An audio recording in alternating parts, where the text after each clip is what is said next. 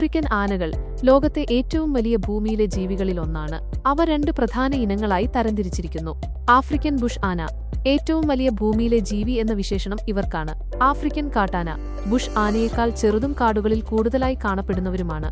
African ആനകളുടെ പ്രധാന സവിശേഷതകൾ: വലിയ കൊമ്പുകൾ. ആനകൾക്ക് വലിയ കൊമ്പുകളുണ്ട്. വലിയ ചെവികൾ ചൂട് കുറയ്ക്കാനും ശബ്ദം കേൾക്കാനും സഹായിക്കുന്നു. സാമൂഹിക ജീവികൾ, കുടുംബങ്ങളായി ജീവിക്കുന്നവരാണ്. സസ്യഭുക്കുകൾ, പുല്ല്, ഇലകൾ, പഴങ്ങൾ എന്നിവയാണ് പ്രധാന ഭക്ഷണം. ഉയർന്ന ബുദ്ധി. മറ്റു മൃഗങ്ങളെ അപേക്ഷിച്ച് ഉയർന്ന ബുദ്ധിശക്തിയുള്ളവരാണ്. ആഫ്രിക്കൻ ആനകൾ സാമൂഹിക ജീവികളാണ്. അവ കുടുംബങ്ങളായി ഒത്തുചേർന്ന് ജീവിക്കുന്നു. ഈ കുടുംബങ്ങളിൽ പലപ്പോഴും പല തലമുറയിലുള്ള ആനകളുണ്ടാകും. ഒരു മുതിർന്ന പെൺ ആനയാണ് സാധാരണയായി കുടുംബത്തെ നയിക്കുന്നത്. ആഫ്രിക്കൻ ആനകളുടെ ജീവിതശൈലിയുടെ പ്രധാന സവിശേഷതകൾ: സഞ്ചാരം. ആനകൾ ഭക്ഷണം തേടി ദിവസേന വലിയ ദൂരം സഞ്ചരിക്കും. ഭക്ഷണം. അവ സസ്യഭുക്കുകളാണ്. പുല്ല്, ഇലകൾ, പഴങ്ങൾ, തൊലി എന്നിവയാണ് പ്രധാന ഭക്ഷണം. ദിവസം 150 മുതൽ 300 വരെ കിലോഗ്രാം വരെ ഭക്ഷണം കഴിക്കും. വെള്ളം അവരുടെ ജീവിതത്തിന് അത്യാവശ്യമാണ്. ദിവസം പല തവണ വെള്ളം കുടിക്കും. ആശയവിനിമയം. ആനകൾ പലതരത്തിലാണ് ആശയവിനിമയം നടത്തുന്നത്. ശബ്ദങ്ങൾ, മണം, സ്പർശം എന്നിവ ഉപയോഗിച്ച് അവ തമ്മിൽ ആശയവിനിമയം നടത്തും. കുളി.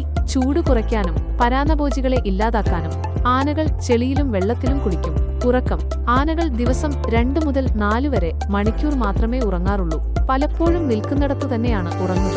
ആഫ്രിക്കൻ ആനകളുടെ ജീവിതം മനുഷ്യരുടെ ഇടപെടൽ മൂലം പലപ്പോഴും പ്രയാസകരമായിരിക്കുന്നു.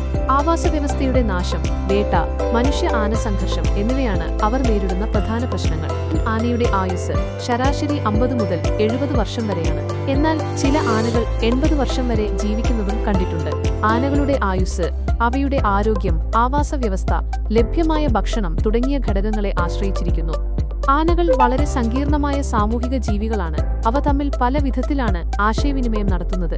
മനുഷ്യർക്ക് കേൾക്കാൻ കഴിയാത്ത ഇൻഫ്രാസൗണ്ട് ഉപയോഗിച്ച് വളരെ ദൂരത്തേക്ക് ആശയവിനിമയം നടത്താൻ അവയ്ക്ക് കഴിയും. മണം, സ്പർശം, മുഖഭാവങ്ങൾ എന്നിവ ഉപയോഗിച്ചും അവ തമ്മിൽ ആശയവിനിമയം നടത്താറുണ്ട്.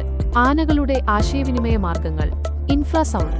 മനുഷ്യർക്ക് കേൾക്കാൻ കഴിയാത്ത തരംഗദൈർഘ്യമുള്ള ശബ്ദമാണ് ഇൻഫ്രാസൗണ്ട്. ആനകൾക്ക് വളരെ ദൂരത്തേക്ക് ഈ ശബ്ദം കേൾക്കാനും ഉണ്ടാക്കാനും കഴിയും. കൂട്ടത്തിലുള്ള മറ്റ് ആനകളെ അറിയിക്കാനും അപായം സൂചിപ്പിക്കാനും ഇവർ ഇൻഫ്രാസൗണ്ട് ഉപയോഗിക്കുന്നു. മണം. ആനകൾക്ക് വളരെ മികച്ച ഗന്ധശക്തിയുണ്ട്. മൂത്രം, ചെളി, മറ്റു ശരീരസ്രവങ്ങൾ എന്നിവയിലൂടെ അവ തമ്മിൽ വിവരങ്ങൾ കൈമാറുന്നു. സ്പർശം. തുമ്പിക്കൈ ഉപയോഗിച്ച് തൊട്ട്, തലോടി എന്നിങ്ങനെ ആനകൾ തമ്മിൽ സ്നേഹവും സൗഹൃദവും പ്രകടിപ്പിക്കുന്നു. മുഖഭാവങ്ങൾ. ചെവികൾ വിടർത്തുക, തുമ്പിക്കൈ ഉയർത്തുക തുടങ്ങിയ മുഖഭാവങ്ങൾ ഉപയോഗിച്ച് അവ തങ്ങളുടെ വികാരങ്ങൾ പ്രകടിപ്പിക്കുന്നു. കാൽപ്പാടുകൾ.